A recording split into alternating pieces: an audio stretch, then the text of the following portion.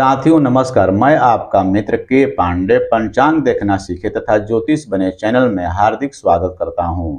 आप प्रतिदिन के तिथि नक्षत्र योग का मान द्वादश लग्न घंटा मिनट में विवाह मुहूर्त, उपनयन मुहूर्त, वधु प्रवेश मुहूर्त या अन्य किसी प्रकार के मुहूर्त की विशेष जानकारी के लिए तथा कुंडली का अध्ययन करने के लिए पंचांग देखना कैसे सीखे तथा अन्य समस्याओं के लिए दिए गए नंबर पर व्हाट्सएप मैसेज कर सकते हैं। साथियों नमस्कार, आज हम लोग देखते हैं वैवाहिक संबंध।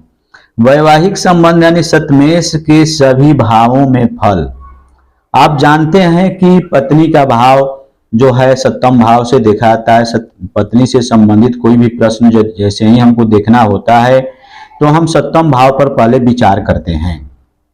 इसके शादी के लिए जहां तक बात है, विवाह के लिए जहां तक बात है, उसमें शुक्र का स्थिति देखना होता है। शुक्र किस भाव में है, शुक्र की दृष्टि किस भाव पर पड़ती है, अन्य अन्य बातों को ध्यान में रखते हुए हम लोग वैवाहिक संबंध के बारे में निर्णय लेते हैं। तो हम लोग आज विचार करते हैं सप्तमेश के सभी भावों के फल, वैवाहिक संबंध कैसे रहेंगे। तो विवाह के कारक जो हैं शुक्र को कहा गया है। शुक्र हैं जो संबंध स्थापित कराते हैं। तो इस विषय पर हम लोग देर न करते हुए चर्चा करते हुए आगे बढ़ते हैं। देखते हैं कि शुक्र यदि लग्न कोई भी हो, इस पर ध्यान देने की जो बात है कि आप यह ध्यान रखें कि लग्न कोई भी हो सकता है, उस पर विचार न करें। प्रथम भाव, द्वितीय भाव, तृतीय भाव, ऐसे जो द्वादश भाव यहां दिए हुए हैं, लग्न कोई भी हो सकता है, परंतु शुक्र यदि पहले भाव में हो तो उसके क्या फल होंगे, दूसरे भाव में है तो क्या फल होंगे, इसके बारे में हम लोग चर्चा करेंगे। लग्न में यदि शुक्र हो तो पत्नी से अधिक प्रेम होता है, शादी अच्छे घर में होती है, जातक के सास ससुर जो बनेंगे या होते हैं उनसे पहले से परिचय आपको बना हुआ रहता है, परिचय पहले से ही रहता है। यदि दूसरे भाव में शुक्र हो तो ससुराल से धन संपत्ति मिलने के आसार होते हैं, उम्मीद होते हैं, परंतु पापी ग्रह की युक्ति यदि हो जाए, यानी द्वितीय भाव में पापी ग्रह यदि बैठे हुए हों तो क्लेश भी देते हैं, परंतु कन्या सुंदर मिलती है। अब देखते हैं तीसरे भाव। तीसरे भाव में यदि शुक्र बैठे हुए हों तो पत्नी हिम्मत वाली मिलती है। क्रूर ग्रह यदि होते हैं तो भाई से रिश्ते अच्छे नहीं बनते हैं, यानी भाई से प्रेम नहीं रहता है। उसी प्रकार आगे देखते हैं यदि चतुर्थ भाव में यदि शुक्र बैठे हुए हों तो पत्नी समझदार, पति के अनुकूल होती है। दोनों एक दूसरे का आदर सम्मान करते हैं, दोनों में मधुर प्रेम बना रहता है।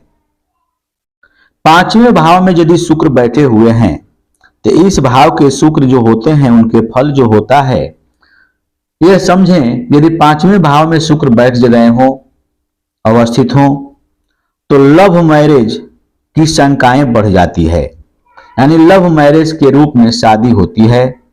यदि उसमें पापी ग्रह उसके साथ में बैठ गए हों इस घर में तो क्लेश जरूर देते हैं, कलह जरूर देते हैं।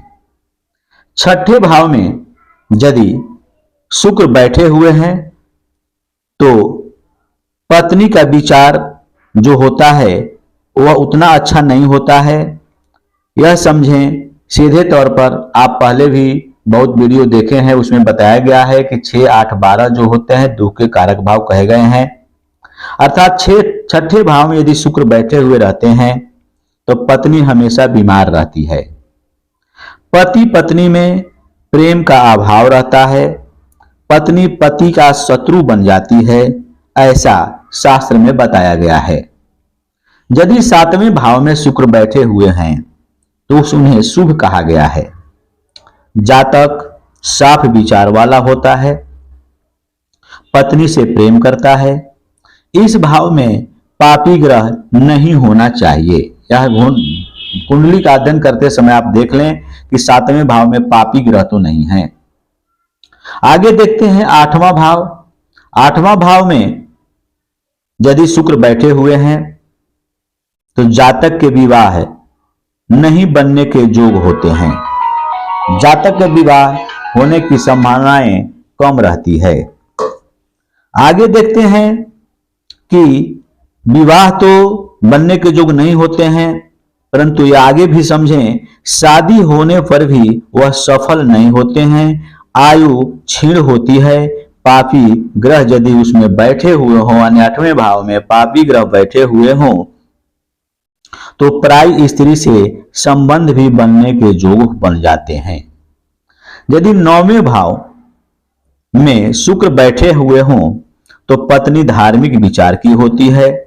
तीर्थ यात्रा में उसकी ज्यादा रुचि रहती है। पति के आदेश का पालन भी करती है। यदि 10वें भाव में शुक्र बैठे हुए हों, किसी की कुंडली में यदि 10वें भाव में शुक्र बैठे हुए हैं, तब पत्नी अपने सास के बस में रहेगी और उसका आदर सम्मान भी करेगी।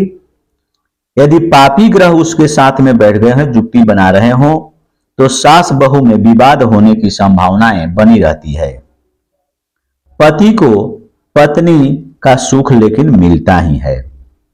अब देखते हैं 11वें भाव में यदि शुक्र बैठे हों तो पत्नी खूबसूरत मिलती है, पत्नी सुशील मिलती है और पत्नी जो है कभी काल वाद विवाद भी कर सकती है।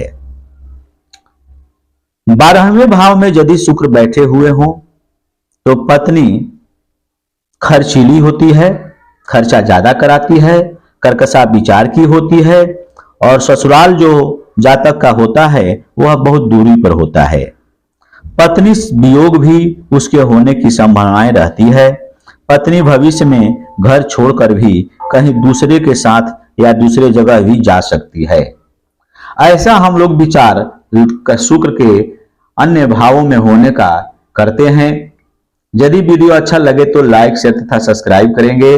धन्यवाद। इसी प्रकार की धार्मिक जानकारी, मुहूर्त निकालने के तरीके एवं अन्य किसी प्रकार की जानकारी सीखना एवं जानना चाहते हैं तो हमारे चैनल को सब्सक्राइब करें। फिर अगले वीडियो में मिलते हैं। धन्यवाद।